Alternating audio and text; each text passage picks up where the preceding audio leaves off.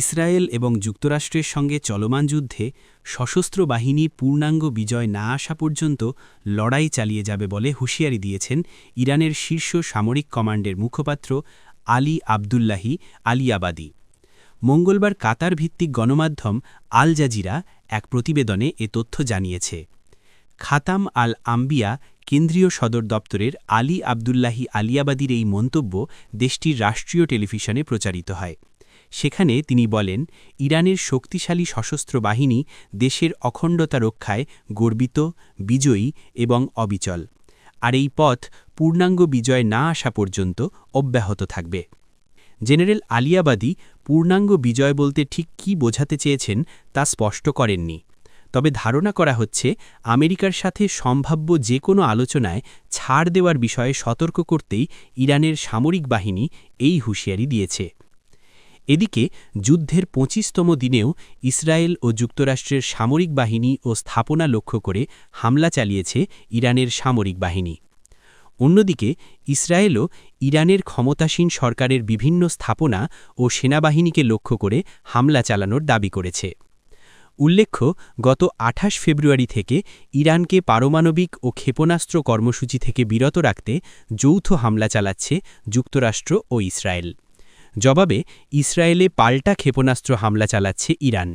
একই সঙ্গে ইরান কয়েকটি আরব দেশে, যেখানে মার্কিন ঘাঁটিসহ যুক্তরাষ্ট্র ও ইসরায়েলের স্বার্থ সংশ্লিষ্ট আছে, সেখানেও হামলা চালিয়ে যাচ্ছে।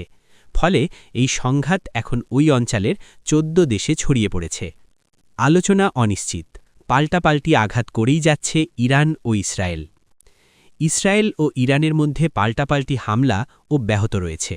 অন্যদিকে যুক্তরাষ্ট্র জানিয়েছে, ইরানের সঙ্গে সম্ভাব্য বৈঠকের এখনও সময় বা কাঠামো চূড়ান্ত হয়নি এবং বিষয়টি সংবেদনশীল হওয়ায় আনুষ্ঠানিক ঘোষণা ছাড়া কোনো কিছু নিশ্চিত বলা যাচ্ছে না।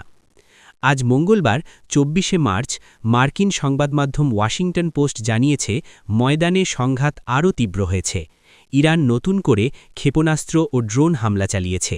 এর ফলে ইসরায়েলের রাজধানী তেল আবিব সহ বিভিন্ন এলাকায় হতাহত ও ব্যাপক ক্ষয়ক্ষতির খবর পাওয়া গেছে।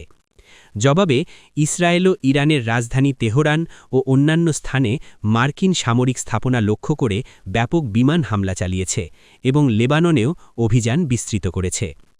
যুদ্ধ এখন মধ্যপ্রাচ্যের বিস্তৃত অঞ্চলে ছড়িয়ে পড়েছে। উপসাগরীয় দেশগুলিতেও হামলার প্রভাব দৃশ্যমান হয়ে উঠছে। একই সঙ্গে তোলের বাজারে অস্থিরতা বেড়েছে এবং বৈশ্বিক অর্থনীতিতে চাপ তৈরি হয়েছে।